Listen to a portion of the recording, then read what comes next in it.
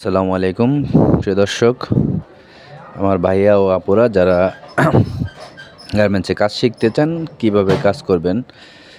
আপনি সহজ হচ্ছে আপনি একটি ওভারলক চালানো যদি শিখতে পারেন একটি প্রসেস, তাহলে আপনি যদি জুনিয়র অপারেটর হন আপনার 15 থেকে 16 হাজার টাকা স্যালারি হবে, এবং যদি সিনিয়র হতে পারলে আপনার 18 থেকে 19 হাজার টাকা স্যালারি আসবে। মোটমাট আপনার ওভারটাইম সহ 8 থেকে 10 ঘন্টা বা 12 ঘন্টা ডিউটি করলে আপনার 20 থেকে 25 হাজার টাকা আপনার অনায়াসেই ইনকাম করতে পারবেন।